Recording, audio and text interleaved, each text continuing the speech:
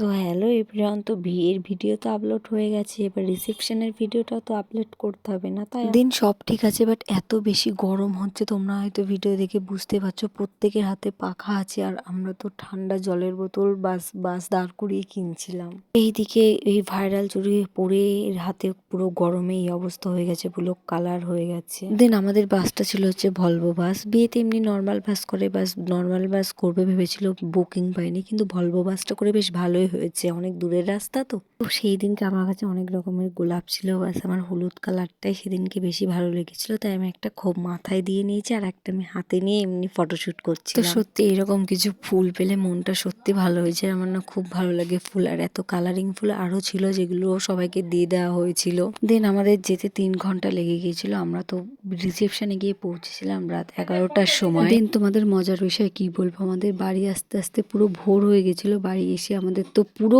ঘড়িতে পুরো কারেক্ট 5টা বাজে। তো আমরা রিসেপশন পার্টিতে যেখানে গিয়েছিলাম সেই ঠিকানাটা হচ্ছে পান্ডুয়া। তো তোমরা কেউ যদি চিনে থাকো অবশ্যই কমেন্টে আমাকে জানিও। দেন তোমাদেরকে আমি এক ভিডিওতে সব দেখাতে পারলাম না, তাই পার্ট 1 2 করে আমি তোমাদের দেখিয়ে দেবো।